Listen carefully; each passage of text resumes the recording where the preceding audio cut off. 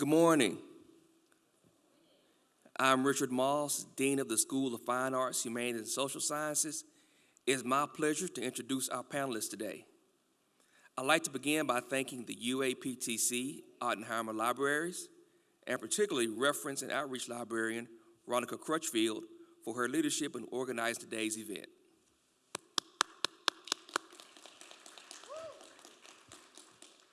I also want to express gratitude to the Arkansas Humanities Council and the National Endowment for Humanities. This project is supported in part by a grant from these organizations, and we thank them for their support. Our panelists today will start. Mr. Joshua Rucker is a seasoned marketing consultant, data analyst, and entrepreneur. As founder of Landcorp Digital Solutions, Josh empowers minority-owned businesses to achieve sustainable growth online. Mr. Rucker.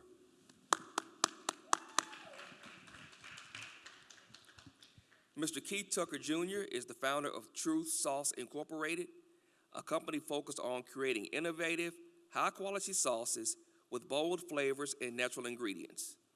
Truth Sauce can be found in Walmart, Edwards Food Giant, and many other locations around the state. Mr. Tucker. Jorn Abigum Jr. is a multifaceted entrepreneur involved in a diverse range of ventures, including restaurants, promotion, photography, graphic design, and real estate. Our moderator, Ronica Crutchfield, is a reference and outreach librarian at UA-PTC Ottenheimer Libraries. She is the vice chair of the UA-PTC Cultural Diversity and Community Involvement Committee. Ronica, show is yours. Thank you, Dr. Moss, for that wonderful introduction. So, as panelists, let's just get right to it. So, what way do y'all want me to go? Y'all want me to go this way, or y'all want me to go that way? All right, Mr. Rucker, the first question is yours.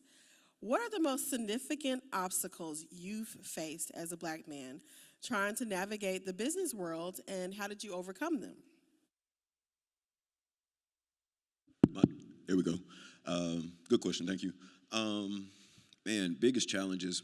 One, I would say access to capital, number one. It is extremely difficult to build a profitable business with no capital, right? Or trying to, self-fund that business. There's so many hurdles and so many different phases of business that you have to go through in order to be successful. And, success looks differently, for everybody. But access to capital, and then more so almost feeling like I have to prove myself, right, in this arena. I didn't go to school for entrepreneurship or business or anything. A little bit about me. I went to school to be a therapist, right? I was going to be a counselor. I was going to be writing prescriptions, right? So coming into the industry of digital marketing, it was always, well, Josh, what do you know about, right? What do you know about digital marketing? I'm like, well, okay, well, let me prove what I know. And so, just having that little chip on my shoulder, having to prove that I belong, I think probably like the main two obstacles for me. Yeah, I can see, having to, and then after trying to prove yourself, you then have to, let everybody else know that, hey, I can do this, and that, you have to go above and beyond because, some people, unfortunately, judge Black men, and instead of looking, they just look at just your race and your appearance or your background, and they make assumptions. Right. And so that makes it, 10 times harder. Exactly. For sure. Exactly. Y'all want to chime in on that? Like you said, definitely capital is always going to make a business thrive, and you need working capital.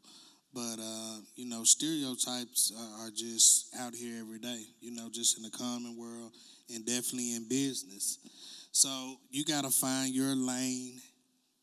You know what I mean? You got to kind of find your lane, find what you're great at, and keep nailing on that to make your business thrive. And for me, I kind of got a motto that I'm going to always be in competition with me.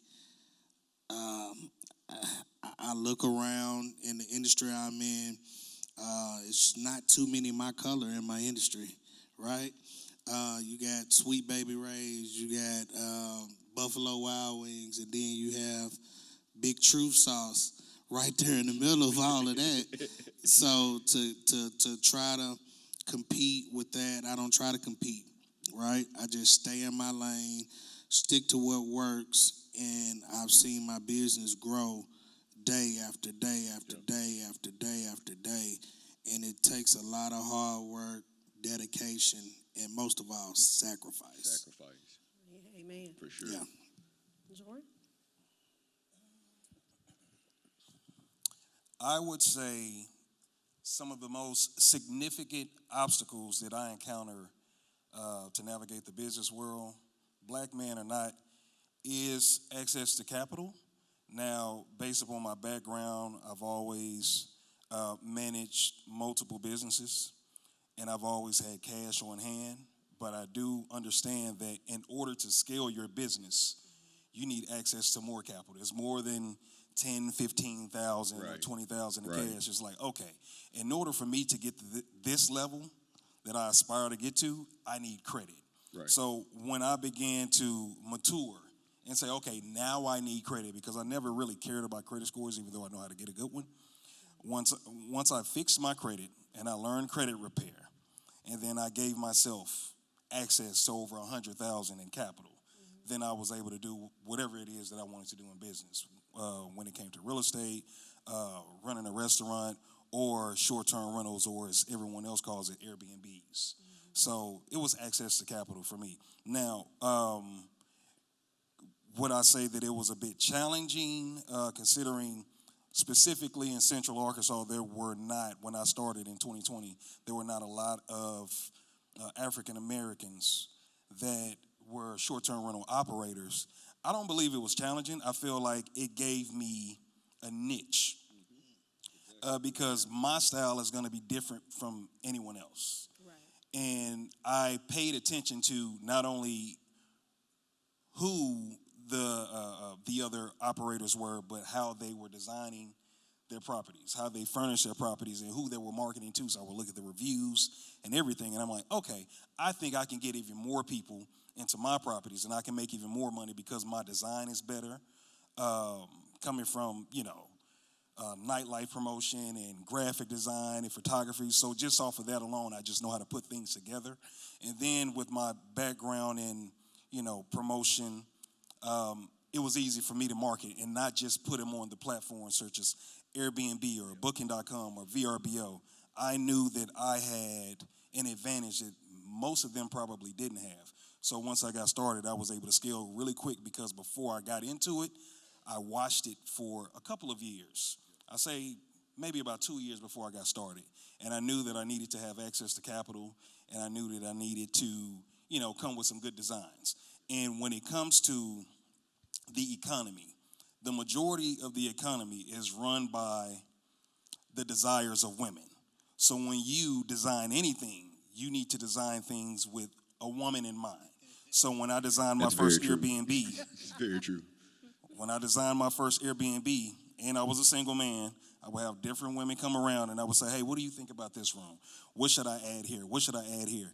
And then it got to a point where everyone was like, okay, this is great. Okay, go to the store. Let's get this. And after that, it was just up from there. So I would say access to capital, but more than anything else is just finding your niche and knowing what it is that you can do to succeed in business.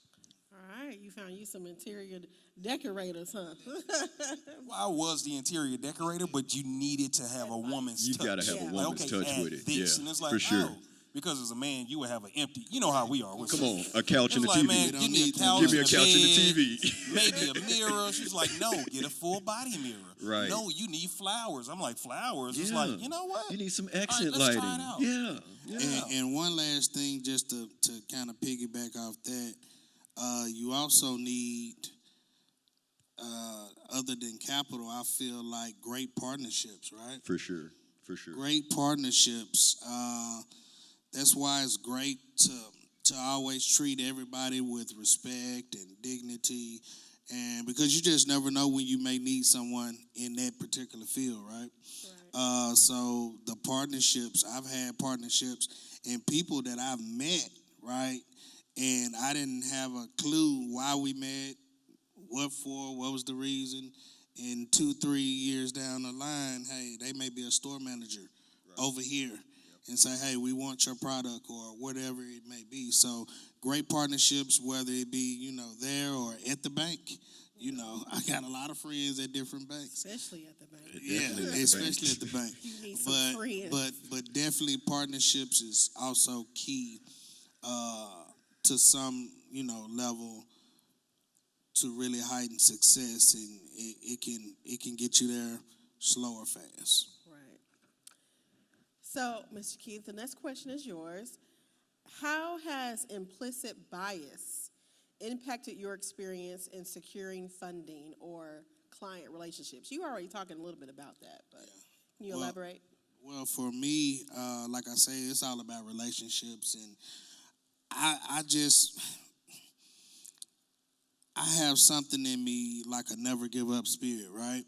So if one door closes, I'm going to kick down another door.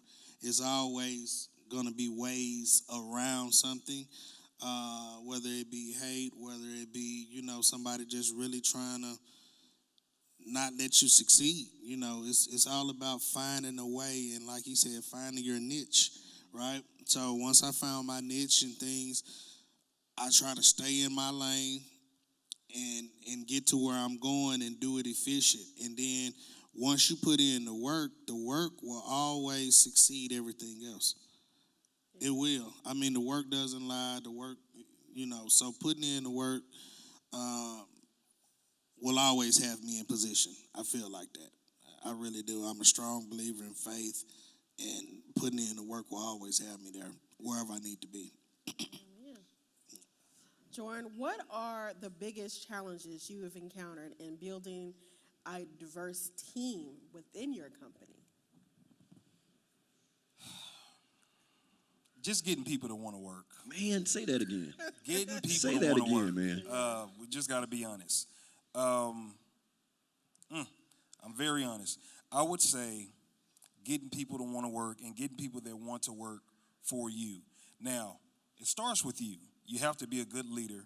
And a lot of people think they're good leaders, but they're not good leaders. You need, as a good leader, you need to learn each person that is on your team and how you need to effectively communicate with them and understand their needs. So, for instance, with my restaurant that I had, men do not have their children 100% of the time unless they're married.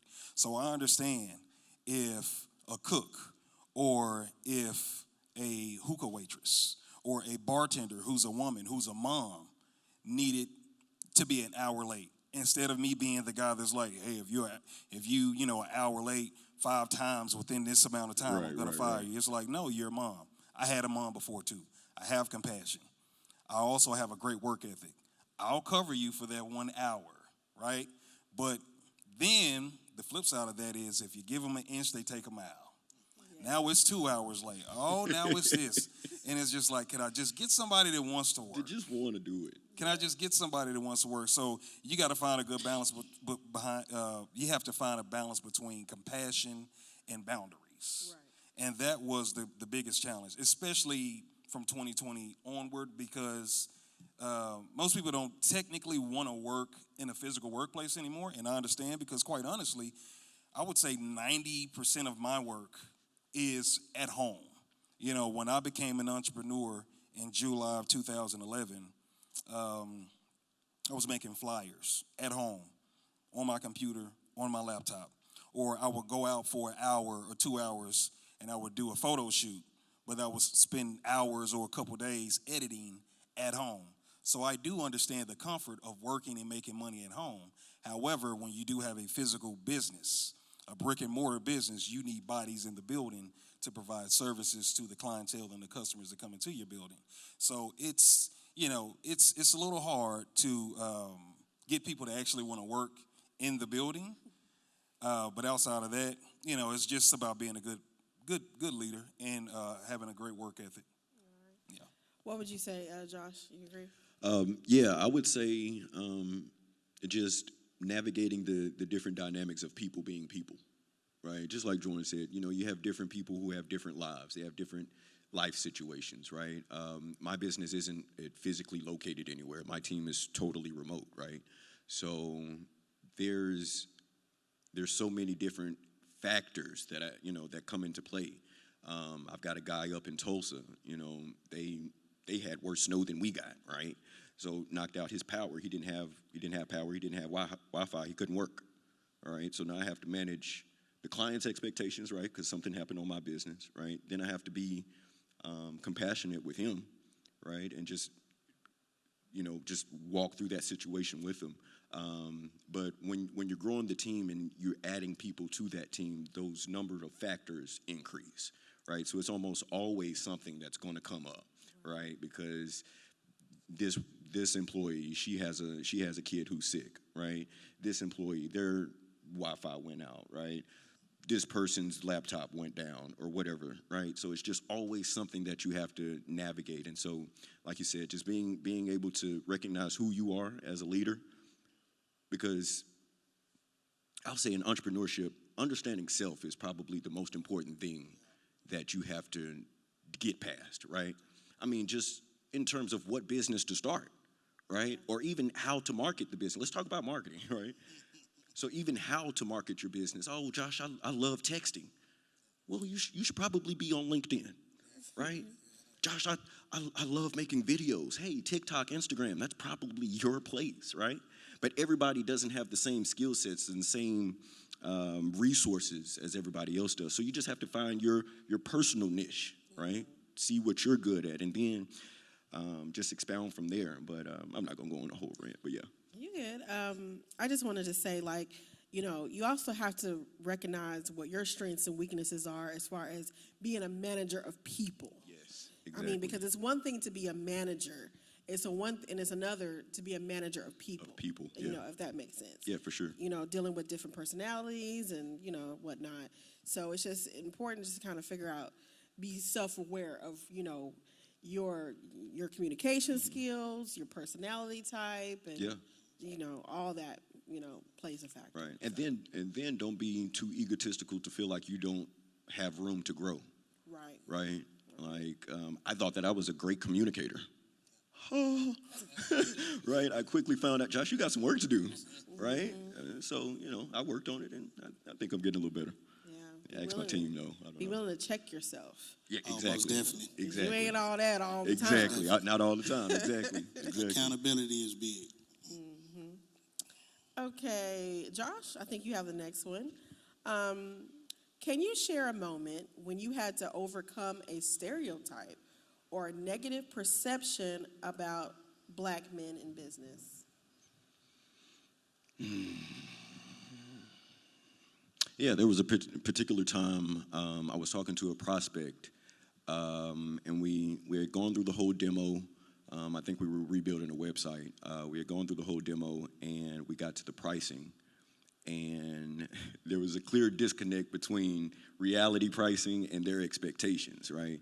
And so I quickly found out that I think a lot of people feel that Black-owned businesses means cheap, right, or affordable, and that's just not the case. This isn't a charity or anything. This is a legit business, and we have business bills and we have payroll to do. So our price reflects that, and so we had to have the conversation of, value, right? Like, this isn't Dollar Tree, right? I mean, if you want that type of product, you can go to that store, right? I mean, I didn't say it like that, right? But, we provide a quality service, and we just want to be compensated, fairly for that. And it's no different than Rock City Digital or CJRW. Those are other marketing agencies. But please go to LandcorpDigitalSolutions.com. Right. And let's keep it real. Some of us, you know what I mean by us, feel like because it's Black-owned business, they need to get discounts. Let's talk about it. That's not even on here, but let's just talk about it. Those people, they always weed themselves out. To me, I was just gonna say something like that. You know, What do you mean by those people? well, they always, hey, can I get a discount? Can I get this? Can I get that? you know. They always weed themselves out. I mean, your true business is always going to be kind of predicated on, if you have a good product. Mm-hmm. The product has to be good, and then after that, people that genuinely want to support that product is going to support it. Case in point, when I first started True Sauce, I was making bottles. I was in the kitchen. I was a head chef at UMS for over 12 years, and that's kind of how I came up with all of this. But anyway, I started out, and I had a 5-ounce bottle, right? My bottles now are 15-ounce bottles. But I had a 5-ounce bottle, and that bottle sold for $10, right? And people got it because, A, they wanted to support me, and B, it was a great, phenomenal product. And you come back to the day, once I kind of figured the things out and where I need to go, and I got the correct packaging, and I got everything, because it's been a journey. Now you can go, depending on what store, $5.98 for a 15-ounce bottle, right? So people that want to support you are always going to support you, especially if you have great customer service, a great product. And if you want a deal, it just depends on when you catch me. Depend on when you catch me. If I'm feeling a real dilly today, you might get a deal. But if not, I may just say, hey, go to Walmart and see what they say. You know what I'm saying? So, but yeah, you're gonna have that. But it's always, on a deeper level, it's always great that, hey, somebody wants your product, whether they want a deal or not. You got to look at that point. Yeah. Somebody actually wants what you have. Yeah. So that's always the blessing within all of that. Right. What did you think about it, Jordan? I know you got a lot in your business of people trying to. Yeah, I talked about it quite a bit in the past, but one thing that I've always known, and I've gotten better at over the years, is that there's opportunity in everyone. If someone asks for a discount, depending on where you are financially at that moment, you may want to say, absolutely not. But if you're on your P's and Q's, you have to understand the opportunity in each person that is willing to support you. Even if they got the money, and they still ask for a discount, I'll look at you and I'll say, okay, what's your following on social media? Can you share this product or service to bring me more people? So for Leverage. me, I learned to not have a problem with people that ask for discounts. It's how can you benefit me? Let's make this a bartering system. I may even let you do it, get it for free. You may be able to get into, the hookah bar for free, or you may be able to get into the party for free. I may offer you a free photo shoot. I may give you a free one-night stay at one of the Airbnbs. But can you help me market even more based upon the following that you have? And even if you don't have a big following, maybe you know some people that are looking to come into town, let's say the next holiday, Memorial Day weekend. Okay, great. Well, I have a house that can house 16 people, and you got a big family coming in because you're having a family reunion. You may not have a following, but your family's coming into town. And I know based upon 16 people in that one house for, let's say, 3 nights, Friday, Saturday, Sunday, I'm going to make around $1,500. Okay, cool. You can get this for free. I'm not going to charge you. Yeah. Because I'm going to make the money on the back end. So it's not about what you can get up front, it's what you can get in the end. And that's also building your network, because your network is your net worth. Say it again. You can be broke, but if you have access to capital, not only through credit, but through your network of friends, business alliances, you'll be okay. So I learned to let it go. And just look for opportunities in each person, because everybody is valuable. Yeah. You just have to find their value. And another thing, just to piggyback off that was great. But it also depends on kind of where you're at in your business also, right? Yeah, for sure. Yeah. So, I mean, if you're just starting out, it may be tougher. You haven't found ways to get capital or whatever. And after years and years and years of grinding, you may be in position to help others, with a discount. I mean, when I first started, it was tough. Before I said hi today, what did I do? Give you about 4 bottles today. You see what I'm saying? Yeah. So like, it just depends on where you are at, in that point of your business. Right. Well, Ms. Keith, you're next. I forgot where I'm at. Hold on, y'all. How do you manage the potential stress of navigating racial dynamics in the workplace while maintaining professional success? That's a good question. That is a good question. Like I said, I'm a man of faith, and ultimately, you try to find ways to kind of decompress, even though it's hard, and maybe get away, maybe a vacation, maybe just some you time. Because one thing about it is you will get caught up being an entrepreneur in being an entrepreneur, because it never stops. I mean, Right, it's continuous. It never stops. It's like, some people have 9 to 5 or 8 to 4:30. Well, being an entrepreneur, you're getting calls about XYZ at 7, 8, 9, 10, 11 o'clock, all types of hours after the hours that you may have worked. You 25/8. Correct. 25/8, exactly. It's all day, every day grind, and sometimes you just got to decompress. Sometimes it means just, hey, I'm turning off my phone. Something simple as that. I'm turning off my phone. And my son is up there, and he'll tell you that, hey, sometimes when that phone is cut off, he knows, hey, I'm resting today. It's because I've been going and going and going and going. So definitely my faith in God, and trying to get away when I can. Right.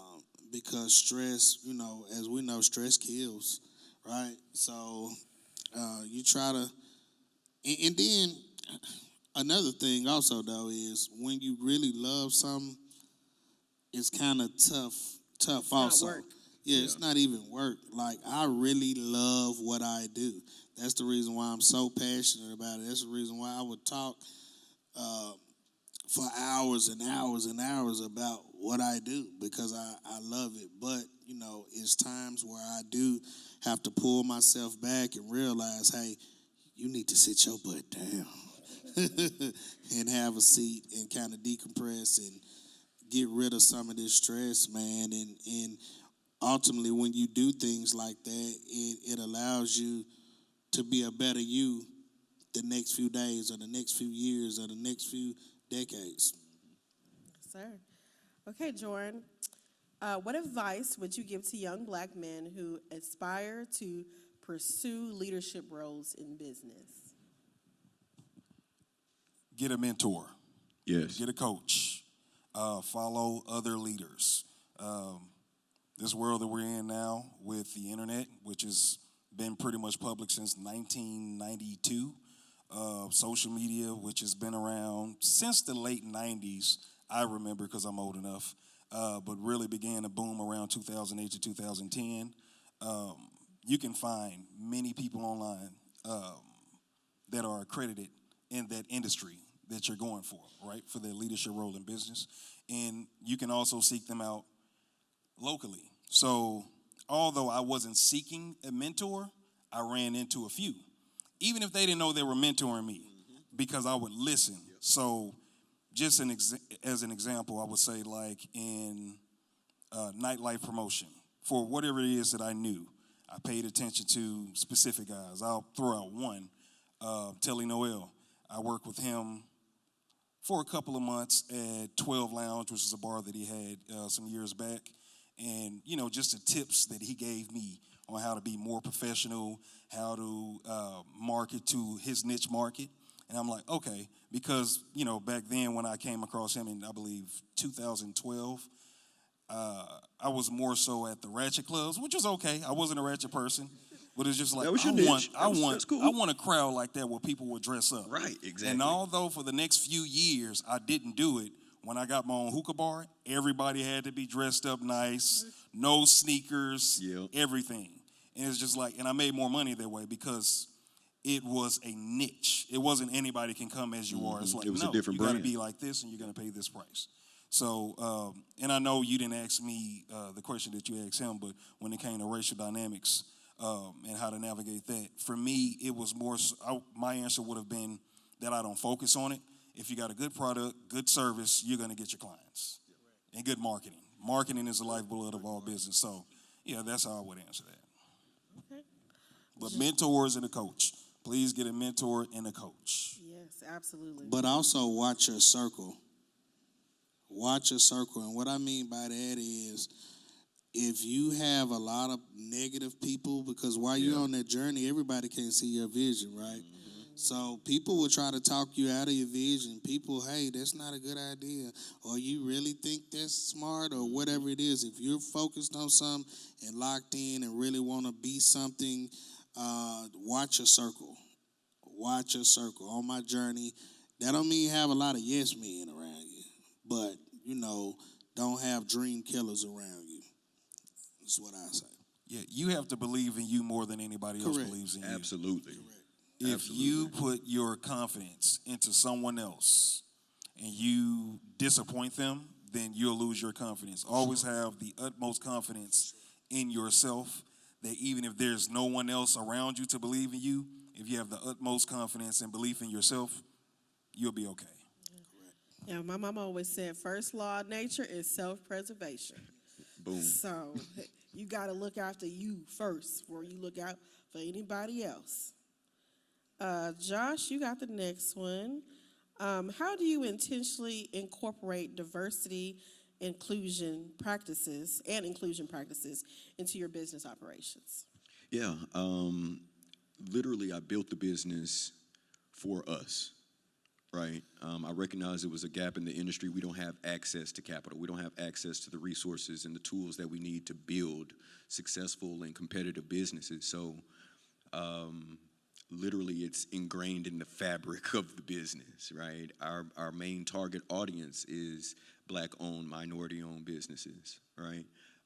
Even internally, when I'm building the team, I have people from, oh my God, like I said, from Tulsa, from Texas. I've got an international pieces of the team. They're over in Africa. So it's, a culmination of different people all coming together with one main goal, right? To work and do quality work, right? And that's just the culture that I've built here, right? That's good. All right, Mr. Keith, let me find my place.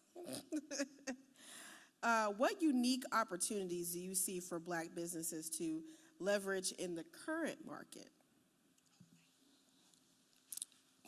The market is wide open right now, right?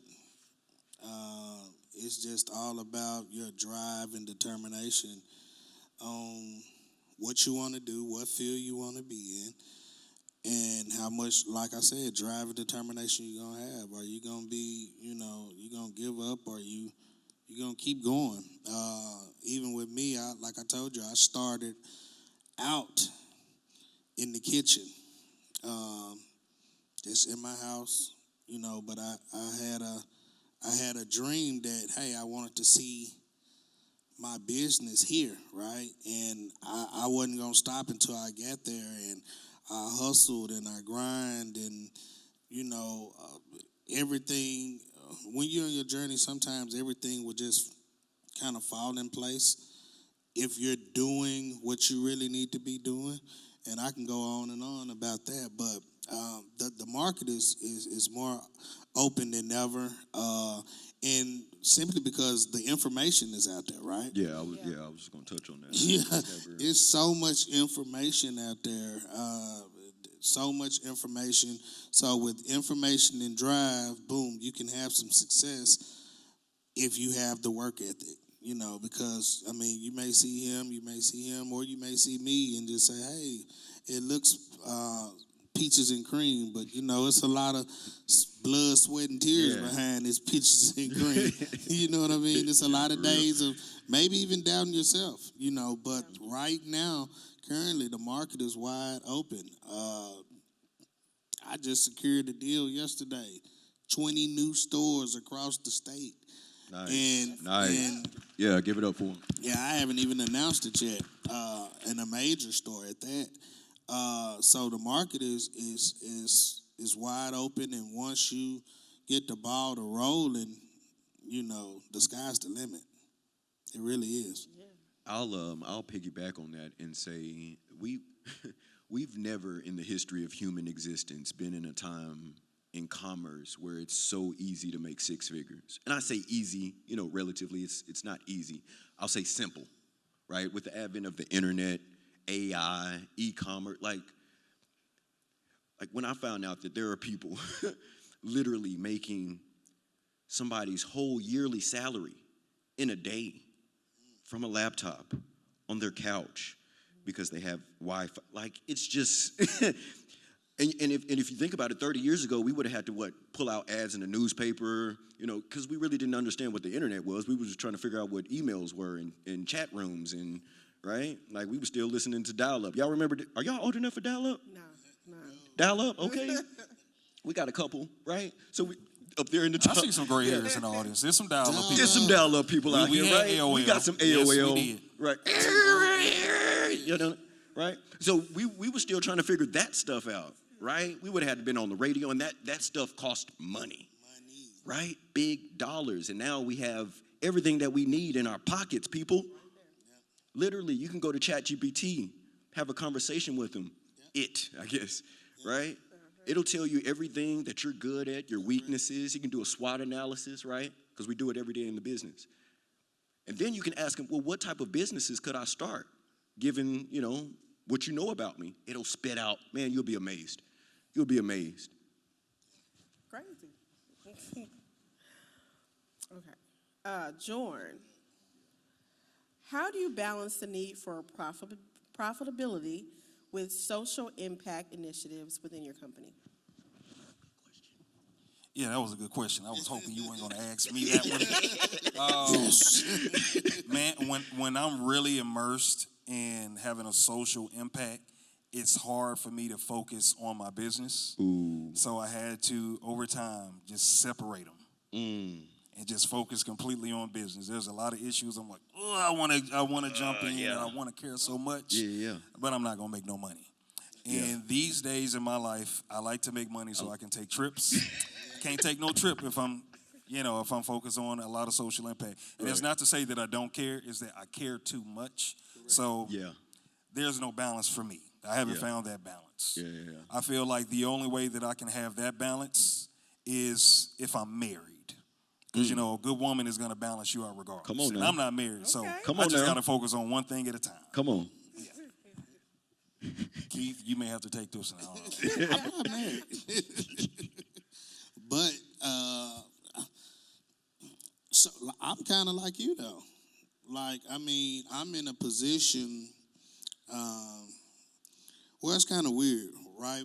So a lot of people, let's just say Walmart, they found me on the internet, and that let me know my marketing worked, right? So if they found me on the internet, that means they have been looking at my page for a while. And not only that, everyone that I do business with on some level, we follow each other, Exactly. And so, the internet can be tricky. It can be a tricky thing, So some stuff I just have to stay away from, right? For the sake of business. Because I want to keep providing for my family at the end of the day. I really do. So, like I said, I like to balance that out and just stick to marketing in great faith and staying out the way. Amen. Yes. Josh, what role do you believe black male leaders play in promoting racial equity within the corporate landscape? Oh, we set the bar. Absolutely, we set the bar. If people like us three up here, if we're not doing the mentorship, right? If we're not doing the teaching, we're not doing the guiding, who is, right? If, because we could all be out, we're all in the same city. Little Rock isn't that big, right? So you're probably going to see me at Kroger, Walmart. I don't shop at Walmart anymore. So you're going to see me out in the street, right? He was like, hey, Josh, I seen you at Pulaski Tech and you was doing it. Oh, okay, yeah. You might hit me up with some questions, right? I'm going to give you some answers, the best answers that I can, right? But it's just like that each one teach one kind of philosophy, right? Like if I can pour it, so many people poured into me. It's just like Jordan said, they probably didn't even know they were mentoring me, but I was taking mental notes, right? Pay attention. And so many people poured into me, it would be a tremendous disservice to myself and to my community if I didn't pour back, right? If I didn't give back, if I didn't mentor, if I didn't impart, knowledge and drop some jewels or some tips for the next wave, right? Because we can only do so much. We're only going to be here for the next, hopefully for the next 50, 60, 70 years, right? But after that, that's not even a whole lot of time. After that, what's happening, right? Are we just dropping the ball again and now we're having to start from square one all over again? Right. You mentioned not going to Walmart anymore, and I wanted to bring up, DEI has been such a, hot buzzword it's a hot buzzword, lately, yeah. and it now has a negative connotation to it. Right. So my question to all of you is, how do y'all feel about that? Because if we're being honest, Right. let's keep it real. There's, a certain section of people Yeah. that believe that DEI meant black people getting jobs for being black. Right. And that's not what it is. And so I really think those people that thought that really shot themselves in the foot, because DEI is for white women, it's for veterans, it's for people with disabilities. Right. Black people are like the last on that Yeah, list. we're pretty low on that list. Right. So y'all want to talk about that? What are your feelings on that? I really don't feel anything, to be quite honest. I mean, and I understand, the uproar and all of that. But just like you said, I mean, what's really been the ROI on that for us, right? What has been the return on investment for that program for us that look like People, yeah. these three gentlemen up here? And if it hasn't been economically significant, right? It's just business as usual. I don't need the federal government to tell me that I can celebrate Black history. That's right. Clap that up. Clap that up. We're going to celebrate it regardless. Regardless. Juneteenth, Black History Month. Juneteenth, all of them. All of it. All of them. I'm definitely with him on that. I take the same type of stance, but I take several stances, right? And like a lot of people, and no disrespect to anybody in here, but they might love the word black-owned business. Yeah. And throwing that out there. Me, and I hate to even... You got to be careful with it. Yeah, you got to be careful. Well, You do. I, if you go back and look, I've never put my business in a box. In a box like that, yeah. Because if you're marketing right, if you're doing your things right, I mean, people will know who the owner is. Yeah. And if you look around, I mean, what if we go around and see Latino-owned business, or white-owned business, or Asian-owned business? We've never seen that. So why is our culture and race putting ourselves? I want dollars from everyone, respectfully. Right. Respectfully. Green spends the same, right? Sure does. So for me, I take a different stance on certain different things, and I always keep a open mind. My stepmom, for over 36 years, was a Caucasian woman. Mm-hmm. So I've learned all type of races, and I'm very diverse. So I try to keep an open mind, but I love my people. And going back to the last question, that's the reason why I've coached AAU for over 17 years, and really putting my hands on young kids in the neighborhoods, and may have not had a chance, and I was just trying to keep them guys out the streets. I did a big panel 3 weeks ago, Help Save the Rock, where the mayor came out and many others came out to join me on that, trying to find solutions, right, for our youth and to make a better way. And a lot of the senseless things that's been going on in these communities is driven by poverty and lack of income and knowledge of it. Yeah. For me, right? So I brought out people who had opportunities for kids to make money. A lot of times the crime comes from a kid being broke or not having an outlet. So those are the type of things I do. And I just try to let my work show and speak for itself, always. All right, well, we are at 11:46, so I'm going to ask one last question, and then we'll take some questions from the audience, if that's all right. So I'm going to skip to the last one. What does the following quote by the late, great John Lewis, civil rights activist and congressman, mean to you? Do not get lost in a sea of despair. Be hopeful, be optimistic. Our struggle is not the struggle of a day, a week, a month, or a year. It is the struggle of a lifetime. Never, ever be afraid to make some noise and get in good trouble, good, necessary trouble. What are your thoughts on that quote from John Lewis? Jordan? You want to join? I think it's a great quote. I think you should, as an individual, you should never be afraid to make some noise. You should always be willing to get in good trouble, necessary trouble. You should always challenge the status quo. That's something that I do all the time as an entrepreneur. Any industry that I operate in, I learn the rules, the regulations, what everyone's doing. And then for me, in order to find my niche, is I look for the gray area.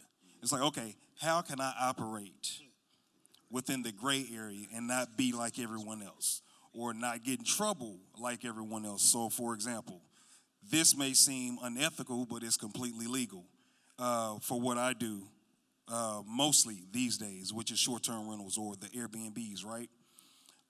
In 2022, at the end of 2022, Little Rock laid down short-term rental ordinances to where we could not renew our permits to operate as a short-term rental unless we paid, $500 for,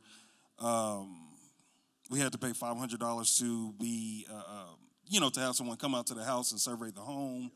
We had to pay $1,000 for the permit. And then a board of directors had to approve us to get the permit. That's a lot. And also you had to get 40 signatures from neighbors to say, yeah, we're okay with this individual operating a short-term rental in this neighborhood. Yeah. And then I said, okay, that's a lot. I'm probably going to be out of business. So I kept reading, and I said, okay, this is for properties 30 days or less, which means if I get bookings for 30 days plus, this doesn't apply to me. So guess what I did? I reached out to companies that do insurance housing, specifically in 2023, and this is perfect timing, unfortunately. Sorry for anybody that's been affected. When we had the tornadoes that hit on March 31st, 2023, and a lot of people lost their homes, including one of my properties were slightly affected. You just got to look for the opportunity in it. And it's like, well, people need homes. I have quite a few. Little Rock, North Little Rock, Hot Springs, wherever else I can have them, right? So now I'm reaching out to insurance companies, and people need places they can stay at for 3 months, 6 months, some up to 9 months and a year. That worked in my favor. So when I was on, Facebook and the Facebook groups for short-term rental operators in Central Arkansas or the state of Arkansas, everyone's like, oh, I just got a letter in the mail saying I'm going to be fined if I don't shut down my business. And I'm just like, well, I'm completely okay because all my money is coming from insurance companies. So I just live in the gray area. That's me. And I'm making noise. doing that. So when everyone else is, talking about struggling, or even if I'm struggling, I'm like, man, these bookings are getting short. Oh, let me reach out to the insurance companies, because I'm pretty sure somebody had a house fire. There's a house fire every day. Someone had a busted pipe. Someone is getting their home rehabbed, which means they're fixing it up, So someone needs a place to stay in for 30 days or more. So I just live in that gray area to where they won't come knocking on my door and hit me with fines. So yeah, you got to make some noise and live in the gray area. That's a great quote. For me, make great noise, right? It's a lot of different ways, and as y'all heard me say all day, is let the work show, right? And for me, that's letting your work show. And I dissected that quote in a lot of ways for me, and one of the main things was to dream, right? And never stop dreaming, and not only that, just to dream big. That's one of my quotes, it doesn't matter how old or young you are, you can dream, and you can dream big. I started my company at 39 years old, and I had a 401k plan. I had everything. I was at UMS, you know what I'm saying, the head chef there, and I really believed in what I really believed in my vision. I really believed in what I was doing, and I gave it up for me. So make great noise. Continue to make great noise. Don't take no for an answer, right? And lead. Let your work always show. Once you letting your work show, people will follow, right? Just piggybacking off what we had earlier, people will follow great leaders. People want to be around great leaders and people who have wisdom, because you can see it. You don't have to talk too much about it. You can see it. My phone rings day in, day out with people wanting information about stuff. And the crazy thing about it is I'm in a field that I've been navigating on faith, right? Because, a lot of people can call in your jobs. You can call if you do hair. You can call somebody and say, hey, how you do a quick weave, right?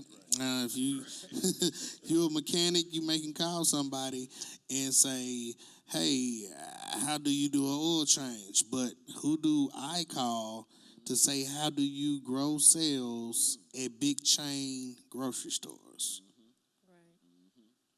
Right? It's not too many in that field. So I've kind of been a test dummy for you. And I don't mind doing that. And for me, that's another example of making great noise. Make great noise. Break barriers. Things that you wouldn't normally see on a day-to-day basis, because it can be done. Josh? Yeah, those are some great answers. I'm going to kind of regurgitate a lot of the stuff that they said. But the quote really, for me, kind of speaks to the old adage of the squeaky wheel gets the oil, right? Here in, the society that we live in, there are so many issues that we could focus on, right? And that we could, intentionally direct our energy towards. And with that, I think the quote really illustrates just, daring to change, right? Daring to be different. It's just,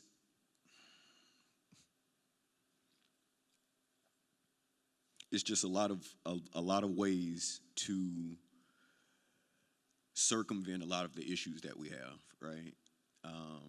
And it's never been an easy task, right? And I think it illustrates the importance of realistic expectations, right? He says that, this isn't a fight for a day or a week, right? This is a lifetime thing, right? Rome wasn't built in a day. We're not going to change the woes of our society in a day, right? We kind of touched on that boycott on the 28th, right? That's a great start. Yeah. That's a great start, right? But to really have an impact, that thing has to have a significant tenure or longevity, right? And so just understanding what the mission is, and understanding that we're not going to accomplish this on Wednesday or Thursday, right? This might be a 2050 thing, right? So just understanding those things, I think, That's a great quote, man. I love it. I'm gonna probably put it on the T-shirt. Thank you, gentlemen. I think now we're going to open up the floor for questions.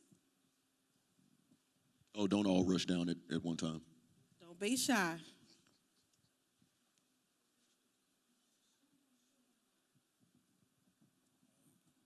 Good evening, Plastic Tech. My name is Adrian Howley. I got a question for the panelists. How long would you think it take for us to own our own food distribution, logistics and stuff like that?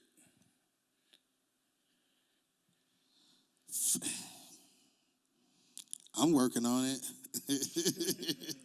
I'm working on it. You said it's food distribution logistics. So what do you nail it down? Like what are Nail you it down. specifically? Like Cisco and other major distribution, like, for worldwide, like So like grocery couriers. grocery, Yeah. grocery retail. Yeah. Yeah. Well, right now I know of several independent contractors that are, that's kind of making some noise. But like we were talking about earlier, first of all, you got to have somebody that wants to really do that, right, and be passionate about it. And then another thing is you have to have the capital. That's big business with big insurance that you're gonna need. It's a lot to it, but it's doable, right? It's doable. So to answer your question, hopefully sooner than later. Right. For me especially, I've been blessed. I now have Cisco and Performance Food Group. They both carry my products. I just added on yesterday U.S. Foods. So now, I understand that distribution is key, which I didn't understand that when I first started, right? I just came out kind of but I was passionate while I was doing it, and I've been learning every day about that. But hopefully sooner than later, I think it'll be a great look for our culture to do things. I heard that maybe they're finna take over Spirit, so that's Yeah, a start. I did see that. Maybe that'll kind of drive somebody else to do great things like that. My name is Zaylin Jones. I want to say thank y'all for coming out first. No, thank you. No problem. Thank you. I have a multitude of questions, so I'm going to try to make it as brief as possible. But as far as, I know you were talking about the B&B business, and I have a lot of knowledge about it. I just don't know how quite to get started. And I know capital is one thing that you do need. And I remember you talking about as far as like getting your business fully automated to where you can do what you want to do and still have the time to do other things that you know what I'm saying? How could you give me a blueprint so I can get started? So when it comes to the B&B business, you can have cash on hand or you could just have credit. So let's say you don't have any cash put up, which most people don't, and you don't have good credit. Well, in about 30 days, maybe 60, depends on how fast you can move and how aggressively you are at it. You can fix your credit up. You can do a credit sweep. You can get trade lines, which means hypothetically, let's say I have bad credit, but I know that Miss Ronica here has a 750 Experian FICO score, and she has 2 credit cards that are aged 3 to 5 years, right? So let's just say on average they're about 4 years old, 2 credit cards, and depends on how much she likes me. I'm not going to give her a price. I'm going to say, hey, Ronica, could you add me on as an authorized user to 2 of your credit cards? She's going to assess my value and see if there's anything that I can do to barter, or she's going to say, yeah, how much you going to pay? And I'm going to say, well, I really need that because I want to open up a B&B. Right. So I'll give you $300. Depends on how much we can negotiate. If she agrees to that, if she says, what you trying to do? I might lie because if I tell her what I'm trying to do, what I'm she's really gonna be like, trying "Oh to no, do." you gonna really use this." Well, let's say she Right, goes up to 500 a card, and I got to give her 1,000, but I got 1,000 that I can give her. Right. So now she adds that, and she adds it before the end of her statement date. Well, within the next 10 days, that credit card is going to show up on my credit profile and my credit history. So now within 30 days, I done swept all the collections off my credit report.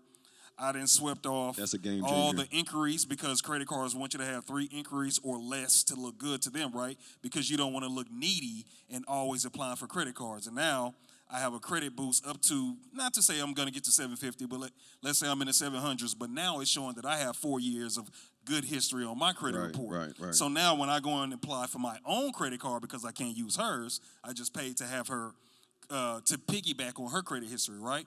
So now let's say a credit card is going to be like, okay, we'll give you 5,000. That's all I need. So now I can get a 1-bedroom or 2-bedroom apartment. Let's just say you negotiate with a property management company and you can get 2 apartments at $1,000, and they're 1,000. You know, they may be for 1,200, but you say, hey, I need to get 2 because I'm going to operate as a short-term rental. Okay, great.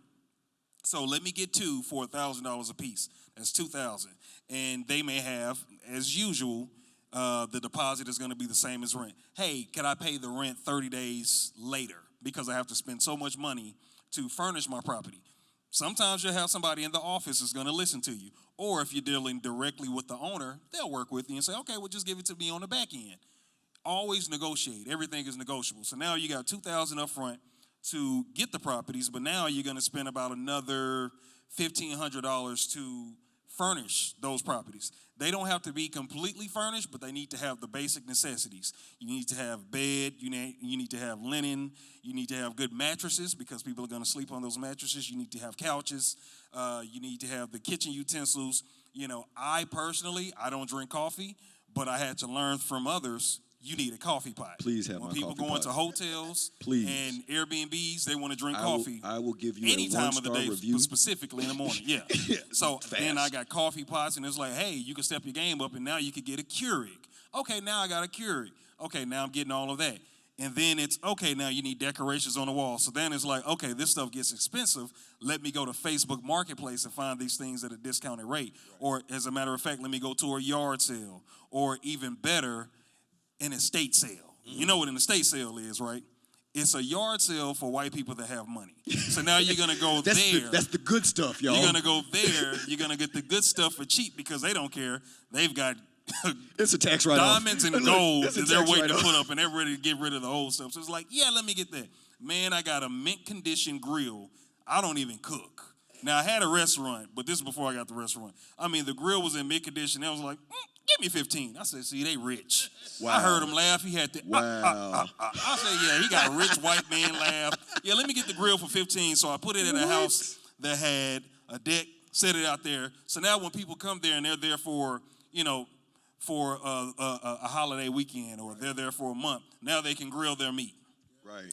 These things are amenities that you can add for cheap.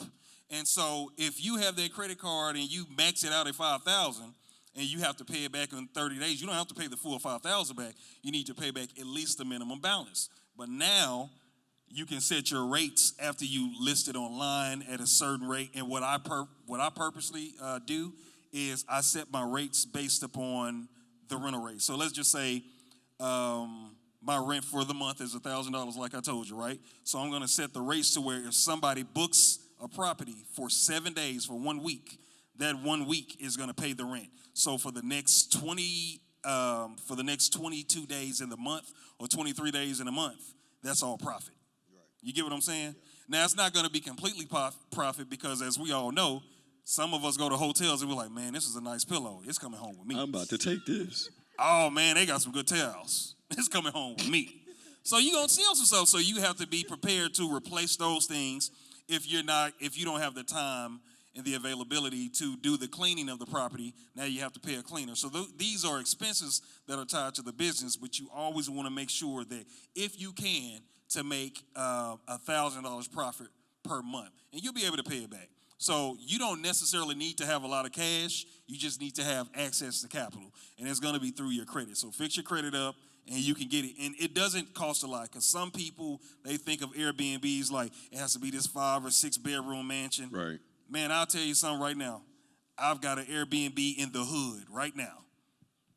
It's in the hood. Looks nice, but it's in the hood. When you ride down the street, you be thinking like, ain't no way it's an Airbnb I know over ain't here. nobody saying, right? When I tell you I made the most money in that, It stay booked. because now I get the people that want to pay $110 a night down to $85 a night. But they'll book it out for, 2 months. As a matter of fact, my cheapest one that I have, I pay $800 per month in rent. The person that's there right now, they're paying me $2,200. Wow.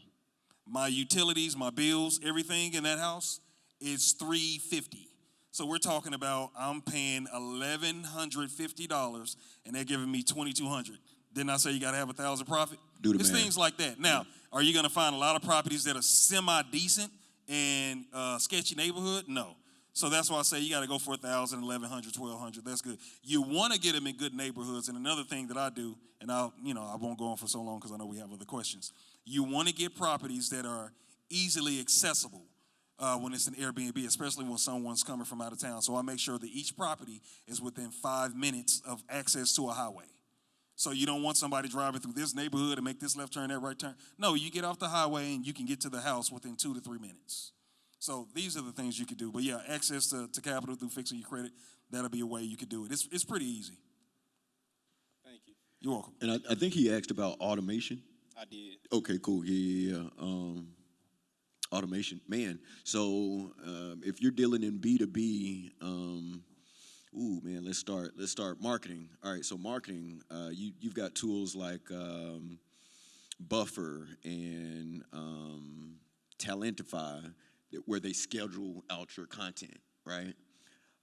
Then you can move into when you're actually making money, QuickBooks or PayPal, something like that. You're going to need a sales navigator. We use HubSpot. It's kind of expensive. There's some different options out there. HubSpot is probably the best, though, right? So once you work on your credit, you have that access to capital. Go ahead and pay them for the year because you're going to need it. And after that, man, it's really kind of nuanced to where the business is. Like I said, man, you can connect ChatGPT or Cloud or Copilot to your business ops on the back end through an API, and train it to do what you need it to do, and you'll see stuff just happening, man, happening. Like I'll get notifications, hey, so and so just paid the invoice. I'm like, who the heck? Okay, cool. All right, we just made some money. All right, cool. And I'll go to my project management software. We use Monday, and that's where I know where everything is happening, all the tasks, what everybody's doing, and it's operating automatically. It's just things happening, right? Just triggers. That's it. But yeah, that's one way that I'm able to do this, right? So I'm not having to be on my phone all the time or on my laptop constantly. So that's a great way to grow and scale the business. I think we're just a little. Go ahead. I was going to say, this is my last question, and I'm going to pass Oh, the mic. same guy. Okay. My last one was about if any of you three had a mentorship program that I could be a part of to get this stuff, down to a T. Yeah, it's funny that you say that. We just actually got done building it through the sales department. If you want to connect with me, I'll get you on board. That's fine. Yes, I do. So, once we're done, get in contact with me. I'll see you outside. You guys for being here because this conversation is awesome. I wanted to say this. You say you put in the work. You find your niche. You got your niche. Education's hot. Boom. You want to open up a school. Boom. But then the boys is in my head. Double consciousness. When does being too black become when it goes wrong, right? You want to open up this school because blacks need it. Blah, blah, blah. But you just said you cutting off, you cutting off half of your money by just being a black school. But at some point, do we have to say, that's it, that's what's needed, and we're going to do this? And when you do that and you market, Like you say, your social media, does it turn people off? Great question. So, do we ever say, that's enough? And yes, to me, once we've identified a need in the community, we have to go after that ferociously by any means necessary. Because just like I said before, who else is going to do it? We've been waiting for how long? for quote unquote equal rights, right? We can go back, 70 years? That puts us back, 1950? We still fighting the same fight, right? So once we identify something that we need, we have to, right, by any means. And just like Jordan said, there's different avenues and different ways to go about it. But the number one way I would say is connectivity, like through us, right? Like Jordan has real estate. If I have a client that comes in from out of town, I'm calling him. Hey, Jordan, I need an Airbnb for a week. Oh yeah, cool. Shoot me $1,000. Bet, done. Right? That helps his business. That helps mine. Now my clients feel like, oh snaps, Josh really cares. Like he didn't put us in this nice Airbnb. Right? Now we got Keurig coffees and fruit all on the table and stuff. Right? Like, so it's just us literally coming to, y'all, we have so much power. $1.2 trillion in buying power, just us, 12%, allegedly 12% of the population. We have so much power if only we could come together and utilize our own relative energies. There's no such thing as too black. I don't even know what that means, too black. I don't know. And another thing, just do it. Just do it. Sometimes that's what I was talking about earlier about your circle or whatever it may be. Sometimes, we'll overthink some stuff, right? We'll be in our own way. Well, you will talk yourself out of some stuff. Yeah, or you'll talk yourself out of some stuff. I mean, you were saying an all-black school, correct? I mean, we have those already. They're just not owned by us. Right. and that's the killer. We don't own anything. And they're in different locations and they're in different little hubs, right? And the majority is black students. It may not be all black, but the majority is. Go to poverty-stricken neighborhoods and look at the population. And, a lot of times that's why these kids are getting those educations. But we can also start there, right? We can also start in spots like that to make sure we're getting the right teachers and the right curriculum is being taught at spots like that. But to answer your question, just do it, right? Just do it. Find what you need. Find whatever you need and just do it, right? And if you're doing it with pure intentions, it's gonna manifest and be great. And that's just that on that. Just do it. Okay, we have 2 questions, and then we'll stop. Okay. I was about to say, we're way over our time. Yo, we sorry. We sorry. Okay. Throughout all the trials and errors of having a business, what mistakes did you guys make, and what advice do you have on how to persevere through it? Man, I've made so many mistakes. I don't even want to go first. My first mistake was letting you work with me, bro. Like that's my son, everybody. But no, that's a great question. Now, it's no perfect businessman, right? It's no perfect businessman. We all learning. I think it's a daily journey, right? So you all learning, and whatever mistakes you do make, right? You try not to make that same mistake again, and especially if it's going to hinder or hurt the business. You try not to make that same mistake because, like you say, you want shoes and clothes and all the other little things like that. So you try to do what you can do not to make those same mistakes. But mistakes is just a part of life, period. Whether entrepreneurship or just walking down the street, we're going to make mistakes. But after you make that mistake is how you handle making those mistakes, right? So handle those and head up, chest out, keep on going. For me, some of the biggest mistakes that you can make and how you get over it, or I'll give you an example. A big mistake could be just who you have in your circle. And we talked about who you have in your circle. Yeah. And it can start with your personal relationship as far as an intimate relationship. If you got the wrong person next to you that you sleep to, that you talk to, that you tell your deepest desires, that you tell your plans to execute, they can pray against it. Yep. So you got to make sure that you got a good circle around you. And this also goes back to what I said earlier, is having a good mentor, a good coach. Because a good mentor and a good coach is going to assess your situation. You know, if you give them enough information about it, they're going to say, hey, you need to get rid of these people. And you need to surround yourself with more people, more like-minded people based upon where you're trying to go. So that's what I would say, is making sure that your circle is airtight as much as possible, and to not make those mistakes again. Now, we all make mistakes again, but don't make them the same way. Yeah, and you just have to, you know, value yourself enough to know that when you make mistakes that you can't get over it, because they happen all the time. I'll say, I mean, they literally said it. Don't make the same mistake twice.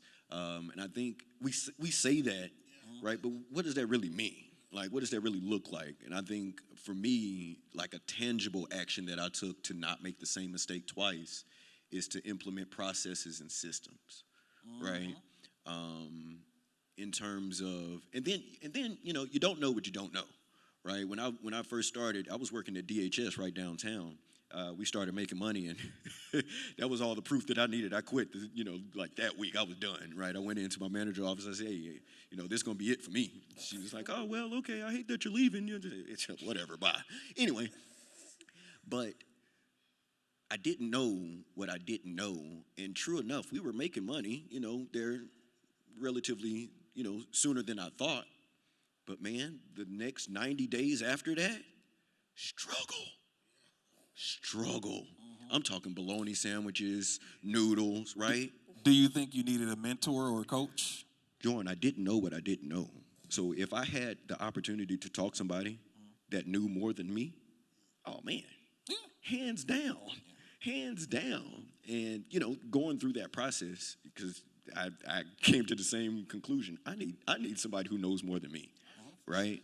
And so I went intentionally, you know, building my network, right? A buddy of mine, Kevin Young, he really the reason that I even got started in business. He was like, Josh, you killing this social media thing. I'm like, oh, am I? Because this is just something that I naturally do. I'm just, you know, naturally good at that. And so, you know, he connected me with some people, and I started talking to them, and they connected me with some different people. And I started asking questions and taking some notes, man. And, you know, lo and behold, you know, we got a whole, you know, 10-man team and international 10-man team. So it's a process. It's a process, right? But, and I keep saying you don't know what you don't know. Plan, right? I wish I would have had a better plan. And then not even to say that the plan is just how it's going to work, because no plan goes as planned. I'm going to tell you that, right? So it might behoove you to have a plan A, a plan B, a plan C, plan D, plan Z, right? What it sounds like is sometimes the plan is just to get to going. Just keep going, Get started. bro. Just keep going. Yeah, That's it. get started. That's it.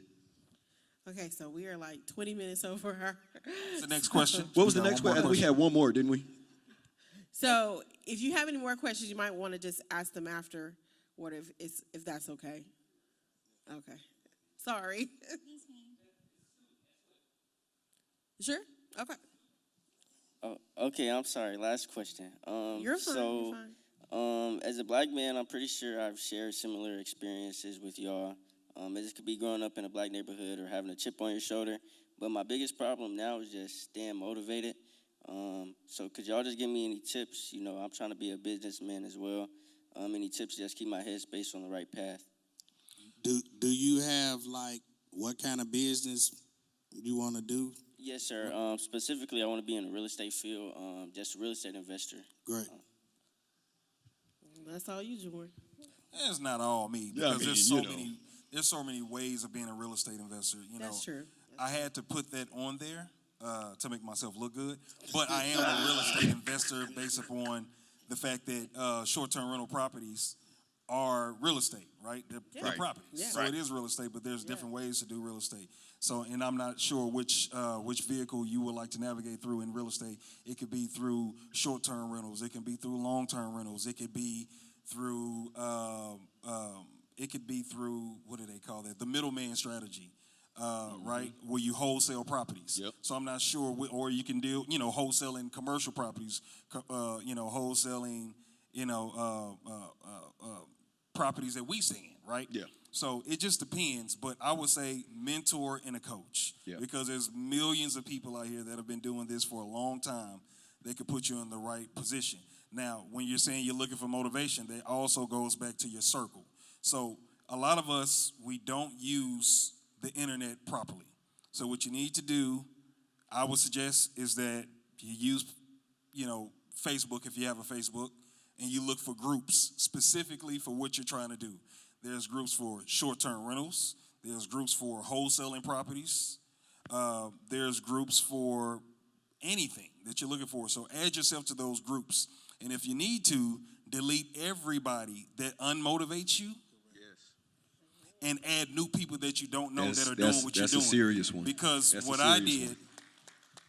is, so I didn't lose my audience for, nightlife marketing. I created a separate page because I knew that the next thing that I was going to do was going to be Airbnbs, right? I was going to be in the Airbnb business or short-term rentals. So what I did is I created a new page. I added myself to about 5 or 6 groups, and I started adding people from those groups. Everybody don't add you because they don't know you, but some people, they don't mind networking, right? So I added everybody, and I did this, and for 2 years before I got started, in 2018 up until 2020 when I started, I saw them operating their business so much I felt like, why am I not doing it? Because I felt like they were in my circle. Because every time I would log on, I would see successful people posting pictures of their bookings and their payouts, or posting up, their reviews, the good and the bad. I'm just like, I definitely can do it. But if you're not immersed in that information, in that circle, you'll feel like, man, it's so hard to do. Including credit repair. It's just like I saw so many people talking about it that I did it, and it was just a walk in the park. So you have to surround yourself with other successful people and, go to the seminars and get you a mentor and a coach. That makes everything so much easier to transition into doing that business. So that's what you should do to motivate yourself, is surround yourself with like-minded individuals. And also, it starts with you, right? Get clean, pure, great thoughts in your head. Even if you just waking up every day and say, hey, just what, I'm going to be great today. Right? So it's life and death in that tongue. So make sure you're always speaking life, speaking positivity over you, over the situation that you're in. You know what I'm saying? And make sure you believe in you, right? Because I do. So continue to do great things, you know what I'm saying, and speak great things over you. And like everybody has said on the panel today, surround yourself with positive people. And because you know who's in your circle, and you know who always got something to say, and you know who always trying to talk you out of something. Get rid of those folks. And that don't mean you don't have to love them, but you can also love people from a distance. And I would say another thing that was a game changer for me, which is new, because, I would say I'm semi-successful. But, man, when I began to incorporate exercising daily, just building that discipline. That's what I was going to touch on. If you're not already a disciplined individual, exercising, it changes the game, so you can get the respect of your peers. Because before anybody knows what you do, they know what you do based upon how you look. So exercise, that helps out a lot with building your own personal confidence as well, and helping motivate you. Because, every day, even if you don't feel like it, you get up and you work out. Then after you work out and you have a good 1 hour or 2 hour workout, it's like, okay, now it's time for me to attack the day, because you don't realize that after you work out, you have an abundance of energy. So now you can knock out everything you need to do. And then if you just really incorporate scheduling things throughout the day, man, you have a lot of time in the day. A lot of us feel like life is short. It's really long when you schedule it in your discipline. It could be prolonged. Yeah. I think I'll just say, you really kind of said what I was going to say, because, I heard your thoughts. I want to beat you to it. And that's fine. And that's fine. That's why you're a semi-successful entrepreneur. But I mean, Jordan said it, man, and it's kind of funny that he did because I live by it. Literally, I tell clients, my team, people out in the real world, like if it's not on my calendar, it's not happening, right? Like I live by my calendar, right? He said exercise, for sure. I wake up in the morning, 3 o'clock every morning, right? That gives me time to meditate, pray, eat breakfast, exercise, go over my projects, talk to the team, right? Schedule out content, feedback, right? Because I don't value sleep enough to sleep through my dream, right? That's a word right there. I mean, it's just, my priority list is just, I need to build this. And it's not even just for me. I told you, like, we are ingrained in the very fabric of my business, so it's not just for Josh Rucker. Yeah, I want to be in Bora Bora, smoking a cigar and listening to the waves, right? I mean, yeah, that's a goal, right? But I also want my people to be free economically, time, location, right? And ownership is really the only way that I can pinpoint how we're going to do that. And so we have to own more things. But first, owning our time, owning our energy, owning our thoughts, right? So that's what I would say for you.